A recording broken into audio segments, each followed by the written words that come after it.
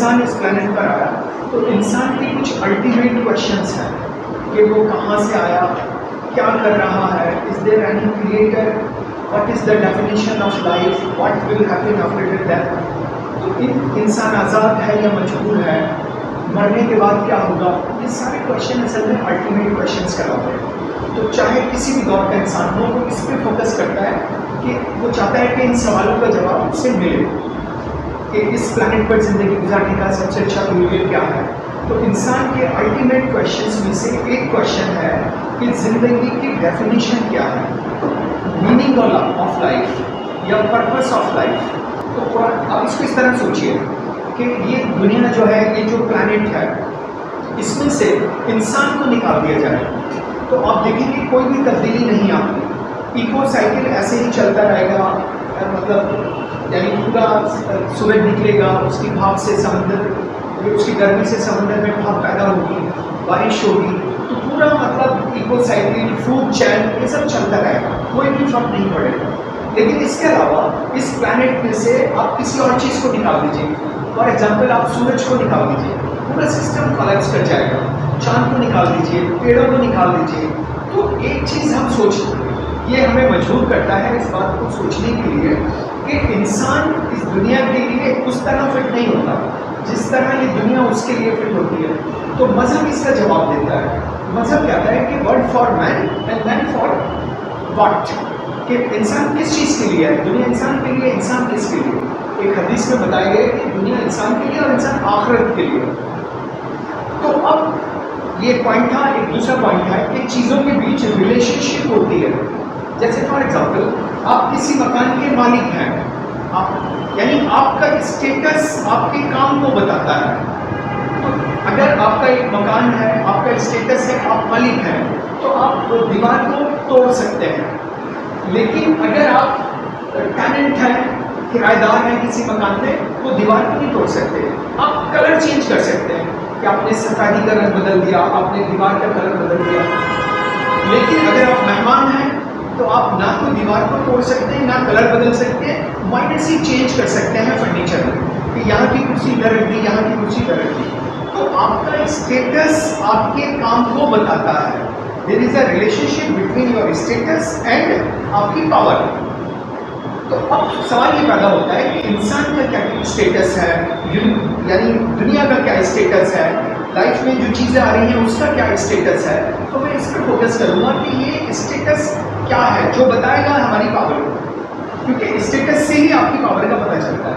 ये क्लियर हो रहा है कि अगर आपका स्टेटस मालिक का है तो आपकी पावर कुछ और है, आपका स्टेटस किराएदार का है तो आपकी पावर कम हो जाएगी, आपका स्टेटस मेहमान का है तो आपकी पावर और कम हो जाएगी। तो क्वेश्चन ये है कि what is the status of world for man, इंसान के लिए इस दुनिया की हैसियत क्या है। तो कुरान कहता है this world is a testing ground for human kind. इंसानों के लिए ये दुनिया जो है वो टेस्टिंग ग्राउंड है। अब देखिए मिल्की वे पर कितनी छोटी सी है दुनिया, कितनी छोटी सी जगह है जो कि दुनिया कहलाती है। बहुत बड़े ब्रह्मांड में अगर आप देखें तो इस दुनिया में इंसान भेजा गया तो वो बहुत ही कॉम्प्लेक्स सिचुएशन में है। बीमारियां हैं, बुढ़ापा है, इवन यानी नेचुरल जो कंडीशंस है कि चांद की वजह से समुद्र में 2 बार ज्वार भाटा आता है और 75 फीट ऊंची लहरें उठती हैं। तो अंदर से बीमारी है, बाहर से मुसीबत है, अपनों का दुख, दूसरों का दुख। तो अगर आप सिचुएशन को बहुत डिटेल में देखेंगे तो आपको लगेगा कि इंसान बहुत गुडी सिचुएशन में नहीं है, बल्कि बहुत ही कॉम्प्लेक्स सिचुएशन में है। तो दुनिया का जो स्टेटस है वो इंसान के लिए एज अ टेस्टिंग ग्राउंड, एक ऐसी जगह तैयार की गई जहां इंसान का टेस्ट किया जाएगा। अब एक दूसरा सवाल आता है what is the status of man on this planet earth. इस प्लैनेट पर इंसान की हैसियत क्या है। तो इंसान की जो हैसियत है कुरान कहता है वो एग्जामी, टेस्टिंग, वो एग्जाम देने वाला है।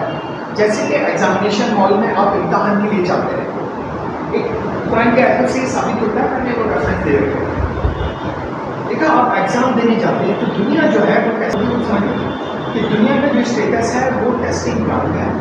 इंसान का जो स्टेटस है वो एग्जामिनी है कि we are examining on this planet earth. So to understand the idea is world is a testing ground and the status of man as a examining. Another question is, what is the definition of human life? इंसान की जिंदगी क्या है? क्या इंसान की जिंदगी दुख है या वो जंग है? तो कुरान इसको सिंपल करता है कि human life is a test, human life is a test and trial. इंसान की जिंदगी इम्तहान है। इम्तहान में क्या होता है कि इम्तहान में दोनों बातें होती हैं, आप अलर्ट भी होते हैं और आप एंजॉय भी कर सकते हैं, लेकिन आप खुद को रोकते भी हैं। जैसे कि आप एसी रूम में इम्तहान दे सकते हैं, आप कोल्ड ड्रिंक मतलब सॉफ्ट ड्रिंक पी सकते हैं इम्तहान के दौरान। तो कहने का मकसद ये इम्तहान होना एक ऐसा लफ्ज़ है जो आपको अलर्ट भी बनाता है और आपको कुछ आसानियाँ भी देता है एट ए टाइम। तो कुरान कहता है कि अल्लाह ताला ने ज़िंदगी और मौत को क्रिएट किया ताकि वो इंसान को आजमा सके। तो बहुत सारी आयतें हैं कुरान की जो कहती हैं human life is a test. अच्छा, टेस्ट होने के लिए कम से कम 4 चीज़ों का होना बहुत ज़रूरी है, तभी वो टेस्ट माना जाएगा। फॉर एग्जाम्पल, फ्री विल, कि इंसान को आज़ादी हो सही जवाब लिखने की, गलत जवाब लिखने की। अगर आज़ादी नहीं होगी तो वो टेस्ट नहीं माना जाएगा। तो human must have free will to do good और evil. Another condition is hidden and delayed result. You complete the exam and immediately you reward it or you punish. It will not the idea of exam.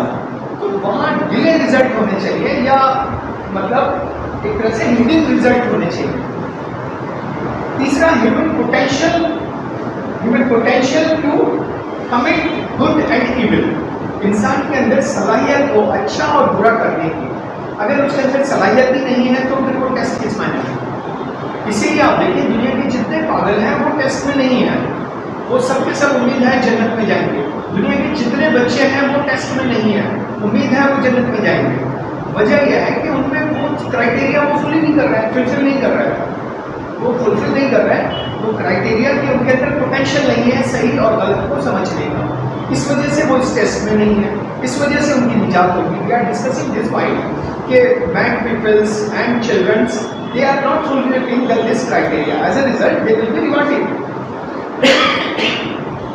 Another point, potential to understand the implication of good and evil. न सिर्फ सलाहियत हो बल्कि उन्हें ये समझ भी हो कि अच्छा करेंगे तो अच्छा नतीजा आएगा, बुरा करेंगे तो बुरा आएगा। समझ का होना एक अलग बात है, उसके नतीजे की समझ का होना ये एक अलग बात है। तो मोटे तौर पे ये चीज़ें होनी चाहिए। आप देखेंगे इंसानी ज़िंदगी में ये चीज़ें मौजूद हैं। अब एक और क्वेश्चन आता है, what is the format of test? ये टेस्ट हो किस तरह रहा है, क्या अचानक हो रहा है, किस तरह हो रहा है? तो बेसिकली ये एक रिले फॉर्मेट में हो रहा है कि फॉर एग्जांपल इसमें आपके कल हम जवान थे, आज आप जवान हैं, कल दौलत किसी और के पास थी, आज किसी और के पास है। तो दौलत, पावर, टाइम, हेल्थ, ये सारी चीज़ें जो हैं ये कभी किसी के पास है, कभी किसी के पास है। दुनिया में एक अंदाजे के मुताबिक 3 लाख मतलब तो 3,92,200 3,92,714 लोग डेली पैदा होते हैं इस प्लैनेट पर। ये पुरानी फिगर है। और मतलब 1,55,505 लोग रोजाना मरते हैं। तो लोग आ रहे हैं, जा रहे हैं। तो ये रिले फॉर्मेट है टेस्ट का। कभी किसी के पास दौलत है, कभी किसी के पास, कल हमारे पास जवानी थी, आज आपके पास है। तो ये रिले फॉर्मेट है।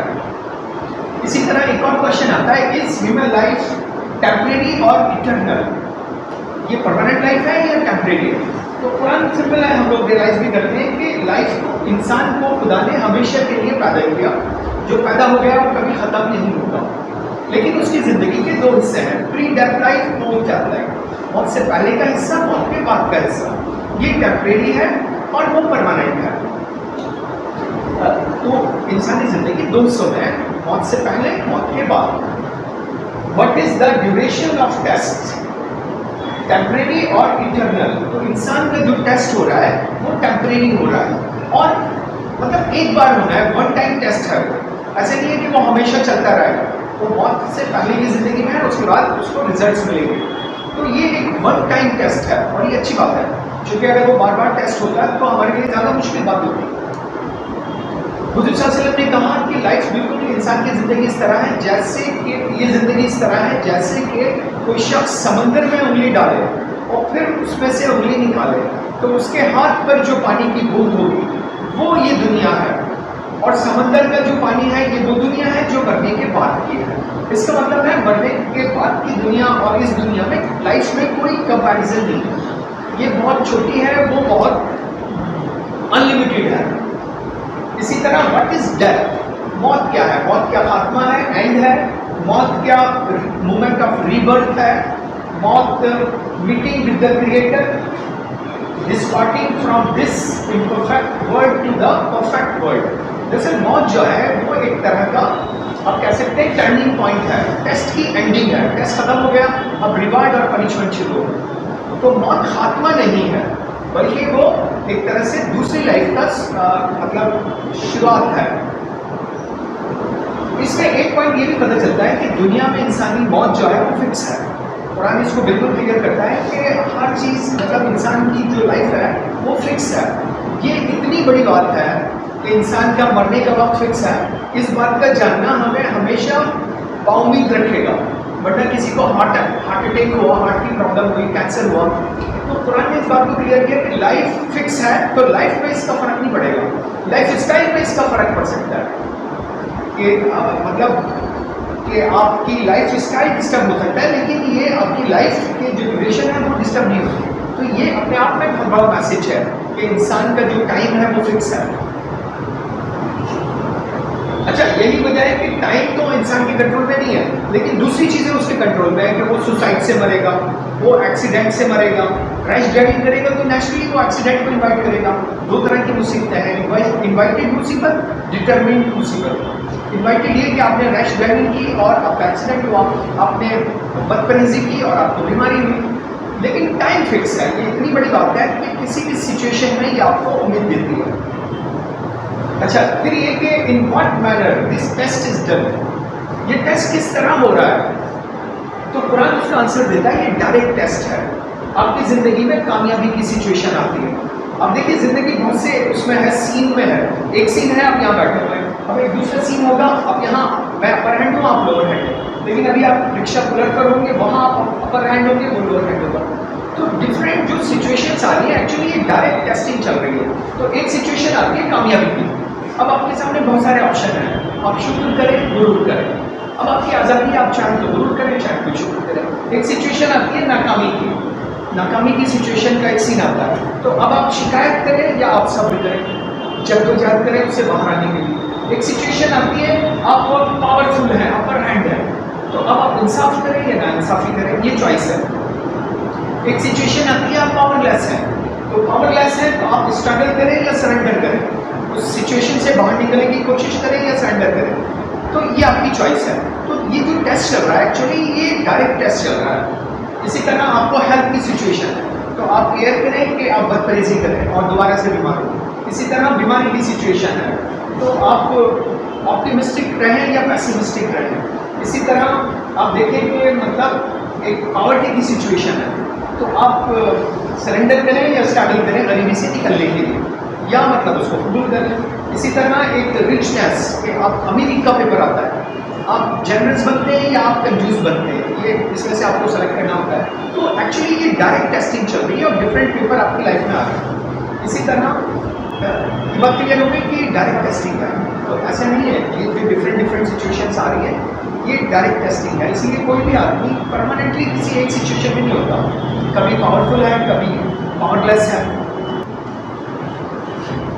तो एक दूसरा सवाल ये आता है कि in what other manner this test is done, क्या कोई दूसरा भी तरीका है जिसकी वजह से ये टेस्ट पूरा किया जा रहा है?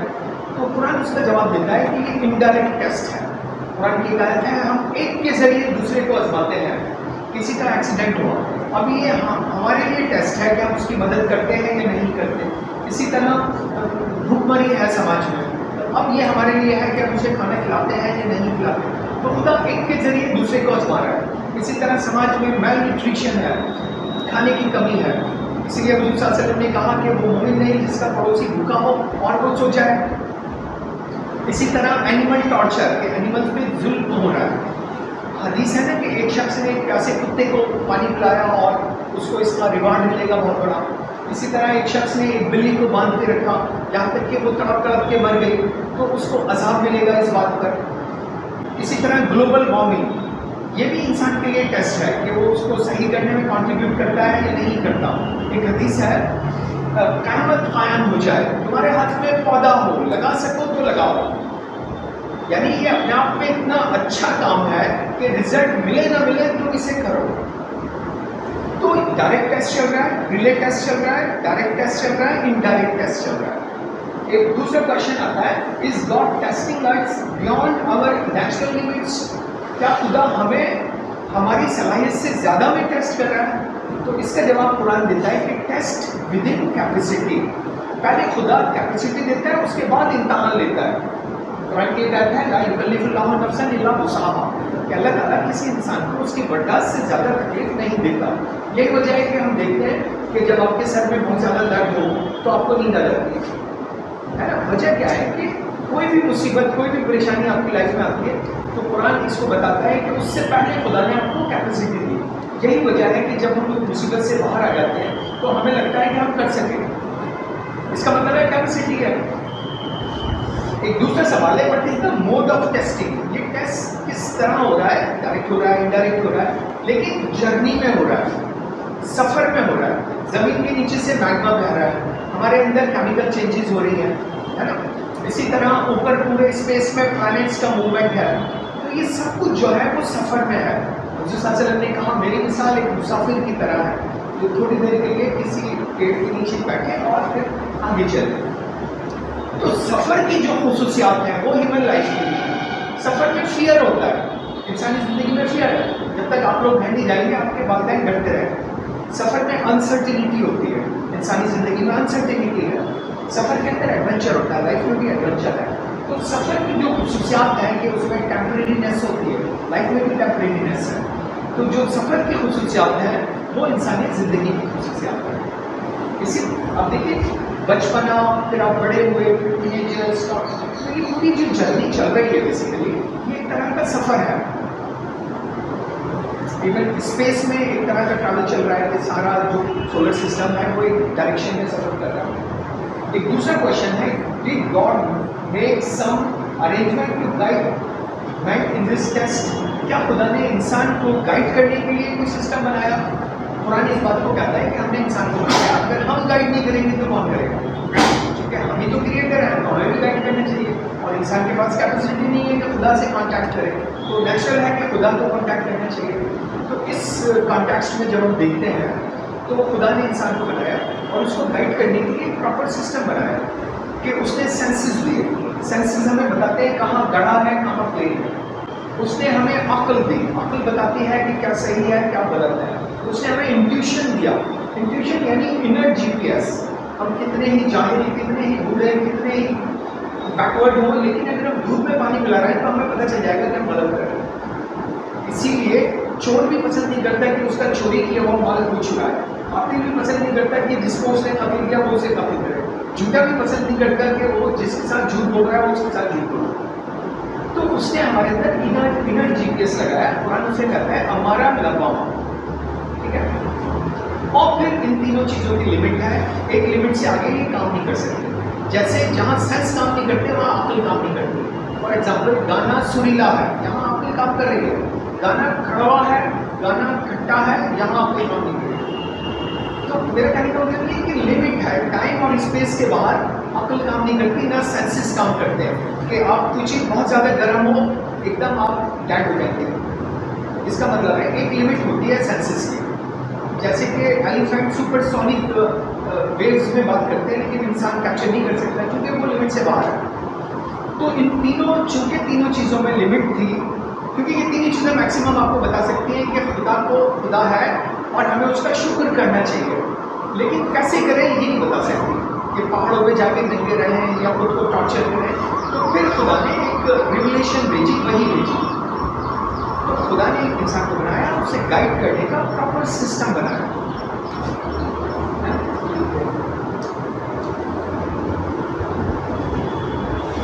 How is human composition? एक सवाल ये आता है कि इंसान की बनावट कैसी है, इंसान की बनावट अच्छी है या इंसान की बनावट बुरी है?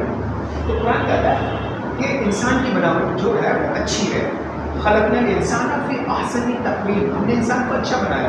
गुनाह जो है वो आउटसाइड, बाहर से आता है। जैसे कि कह सकते हैं कि जैसे कि इंसान एक शीशे की तरह है, गुनाह जो है वो डस्ट की तरह है। ये गुनाह जब शीशे को कवर कर लेता है तो आपको अपनी शक्ल नजर नहीं आती, लेकिन उसे हटाया जा सकता है कभी भी, क्योंकि इंसान की बनावट अच्छी है। इसी तरह what is the root cause of crisis on earth? इस दुनिया में जो क्राइसिस है, जंगें हो रही हैं, मैनिपुलेशन हो रहा है, उसकी वजह क्या है? तो इसको कुरान बताता है कि खुदा ने इंसान को बनाया, उसमें अच्छाई रखी, बुराई रखी और फ्री विल दी। आपको बनाया, अच्छाई रखी, बुराई रखी, फ्री विल दी। तो कोई उस फ्री विल का यूज कर रहा है, कोई मिसयूज कर रहा है, इसलिए ये कॉन्फ्लिक्ट्स दुनिया में नजर आते हैं। तो एक तरह से मिसयूज ऑफ फ्री विल है। आर बी फ्री और बाउंड? इंसान का एक अल्टीमेट सवाल ये कि हम जो कर रहे हैं ये अपनी मर्जी से कर रहे हैं या कोई हमसे करा रहा है?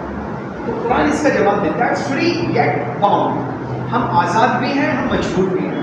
हम आज़ाद हैं नियत में और कोशिश में, चाहे तो अच्छी नियत करें, चाहे तो बुरी करें, चाहे तो कोशिश करें, चाहे तो ना करें, लेकिन मजबूर है नतीजे में। रिजल्ट हमारे हाथ में नहीं है। हज़रत अली कहते हैं कि मैंने खुदा को अपने इरादों में नाकामी से पहचाना, कि मैं सारी चीज़ें मौजूद थी लेकिन काम नहीं हो सका। तो अब एक सवाल ये, क्या हम दूसरों के कामों के लिए जिम्मेदार हैं? कि अगर कोई शख्स बुरा कर रहा है तो हमें क्या उसकी सजा मिलेगी? तो कुरान इस पर बिल्कुल क्लियर है कि ये इंडिविजुअल रेस्पॉन्सिबिलिटी है। No bearer of burden will bear the burden of other. कोई बोझ उठाने वाला किसी दूसरे का बोझ नहीं उठाएगा। तो हर इंसान अपने लिए रेस्पॉन्सिबल है। ऐसे नहीं है, उसको कलेक्टिव जिम्मेदारी है कि इंसान एक तरह से जो हेड ऑफ द फैमिली है वो निगहबान है अपनी फैमिली के लिए, कलेक्टिव रेस्पॉन्सिबिलिटी है, लेकिन फाइनली जो पनिशमेंट या रिवार्ड होगा वो इंडिविजुअल कैपेसिटी में होगा। क्योंकि हर इंसान को आज़ादी मिली है तो ज़रूरी नहीं है कि हर इंसान आपके कंट्रोल में हो। तो why we go through different situation in our life? तो डिफरेंट सिचुएशन जो है एक्चुअली वो टेस्ट पेपर है। जैसे कि डिफिकल्ट सिचुएशन, चैलेंजिंग सिचुएशन, तो इंसानी ज़िंदगी में तरह तरह की सिचुएशंस आ रही हैं, वो एक तरह के टेस्ट पेपर है। लेकिन वो टेस्ट पेपर ऐसे जिसकी कैपेसिटी हमारे अंदर है। तो what is the status of human position? हमारे पास बहुत सारी चीज़ें हैं, हमारे पास एनर्जी है, हमारे पास टाइम है, हमारे पास दौलत है, तो उसकी हैसियत क्या है? तो कुरान इसको कहता है अमानत, वो ट्रस्ट है। दुनिया की जो प्रॉब्लम है उसकी एक बड़ी वजह ये भी है कि इंसान खुद को समझता है मास्टर ऑफ यूनिवर्स। तो जब वो मास्टर ऑफ यूनिवर्स समझता है तो एक्सप्लॉइट करता है, जबकि कुरान कहता है you are trustee in universe, कि यूनिवर्स में आप ट्रस्टी हैं। आपसे पूछा जाएगा आपने इस्तेमाल क्या किया अपनी जवानी का, अपनी नॉलेज का, अपने रिसोर्सेज का। औलाद भी एक तरह की अमानत है, दौलत भी, रिसोर्सेज भी, टाइम भी। तो अगर इंसान इस प्लैनेट को अमानत की तरह लेगा तो वो इसे एक्सप्लॉइट नहीं करेगा। इस बार अंडर रिकॉर्डिंग, क्या इंसान रिकॉर्ड हो रहा है? तो साइंटिफिकली ये प्रूव होता है कि हम जो भी कुछ सोचते हैं, जो कुछ बोलते हैं, जो हमारे मूवमेंट्स हैं, ये सब के सब रिकॉर्ड हो रहा है। जैसे कि फ्राइड के मुताबिक इंसानी ब्रेन के दो हिस्से, मतलब कॉन्शियस, अनकॉन्शियस, सबकॉन्शियस, लेकिन हम मुख्य तौर पर आप दो हिस्सों में कह सकते हैं, कॉन्शियस, नॉन कॉन्शियस। तो नॉन कॉन्शियस हमारी सोचों का गोदाम है। फॉर एग्जाम्पल मेरी याददाश्त चली जाए, मेरी मेमोरी खत्म हो जाती है, 5 साल बाद वापस आती है, तो कहाँ से आएगी? इसका मतलब था कहीं ना कहीं रिकॉर्ड थी तभी तो आएगी। तो ये प्रूव होता है कि इंसान की सोचें जो है वो रिकॉर्ड होती है। इसी तरह मैं जो बोल रहा हूँ ये कभी ख़त्म नहीं होगा, ये हमेशा फिजा में रहेगा। इसीलिए काफ़ी साल पहले टाइम्स ऑफ इंडिया में भी एक आर्टिकल आया कि फ्यूचर, क्योंकि आज का इंसान आवाज़ों को, पास्ट को रिकॉर्ड कर सका है लेकिन उसे सेपरेट नहीं कर सका। तो जब वो सेपरेट कर लेगा तो बहुत से नए इश्यूज़ पैदा हो जाएंगे। आप दोनों बहुत अच्छे दोस्त हैं लेकिन पता चलेगा कि आपके दादा के दादा ने इनके दादा के दादा को मारा, तो एनिमिटी डेवलप हो जाएगी। आप कुछ सोचिए, ये जैसे पेन ड्राइव है या कोई भी नॉन लिविंग थिंग्स है, उस पर आवाज़, मूवमेंट रिकॉर्ड हो जाते हैं। तो ये भी अप्रूव होता है कि इंसान की जो बातें हैं वो कभी ख़त्म नहीं हो गई, बल्कि वो गूंजती रहती है। इसीलिए आप देखिए पुराने किले में लाइट एंड साउंड शो होता है। और हमारे मूवमेंट्स, हमारी बॉडी से हीट वेव्स निकलती हैं जो हमारी पिक्चर बनाती हैं। आपके जाने के बाद आपकी पिक्चर यहाँ से ली जा सकती है। एक मैंने देखा था रीडर डाइजेस्ट 1960 का, उसमें था कि अमेरिका के ऊपर से जहाज़ गुजरा और उन्होंने मतलब 2 घंटे बाद पैसेंजर्स की पिक्चर्स ली हुई। उस ज़माने में उनको कहा जाता है एवाफोटोग्राफ, ऐसे कैमरे जो आपकी पिक्चर ले सकते हैं आपके एब्सेंस में, क्योंकि आपकी बॉडी से हीट वेव निकल रही है, आप जाते हैं तो सेम वो बाकी रहते हैं। तो आज की तरक्की तो और भी बहुत ज़्यादा है, तो इंसान की सोचें, इंसान की बातें, इंसान के काम, हर चीज़ रिकॉर्डिंग में चल रही है। तो what is the purpose of life, ज़िंदगी का मकसद क्या है? तो कुरान इसे कहता है खलक़नल जिन्न वल इंसा इल्ला लियअबुदून, इबादत, यानी गॉड। इबादत के दो माने हैं।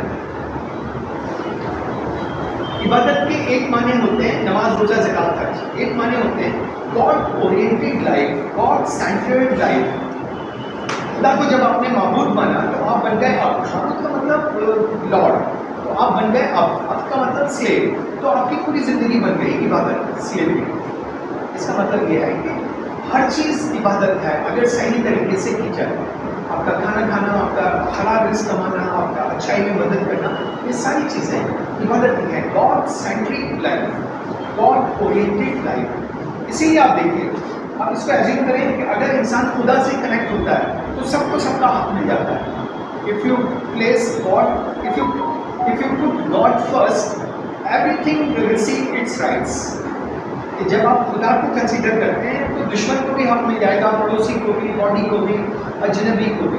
लेकिन अगर आप खुदा से कनेक्ट नहीं होते सही मायने में, तो फिर खुद से होते हैं। ये बिल्कुल इस तरह का है, या तो खुदा से कनेक्ट होंगे या खुद से कनेक्ट होंगे। तो जब खुद से कनेक्ट होंगे तो वो हमारा दोस्त होगा जो पैसे दिलाने में मदद करे, जो पावर दिलाने में मदद करे। लेकिन अगर खुदा से कनेक्ट होंगे तो फिर हम उसके दोस्त होंगे जो हक पर होगा, है ना। तो दो में से एक ही ऑप्शन है। एक ऑप्शन ये भी होता है कि हम खुदा से कनेक्ट होते हैं मगर पूरे तरीके से नहीं होते। क्या हम उसे भी मान रहे हैं, शिर्क भी कर रहे हैं, है ना। मतलब वो सारे काम कर रहे हैं जो पॉलिटिज्म है। What will be the result of test? इस टेस्ट के रिजल्ट्स क्या होंगे? रिवार्ड और punishment in the form of hell और पैराडाइज। अब देखिए, आपका पहला घर जब हम माँ के पेट में थे, फिर दूसरा घर जब हम इस प्लैनेट पर आए, तीसरा घर जब हम कब्र में होंगे, चौथा घर जो कि परमानेंट जन्नत या जहन्नम। तो इसका जो रिवार्ड है वो परमानेंट है, या तो परमानेंट जहन्नम है या परमानेंट जन्नत है। तो life is a testing journey from Allah to Allah. तो ये कॉन्सेप्ट है कुरान का, मतलब कि life is a testing journey from Allah to Allah. Enjoy the journey, enjoy the test.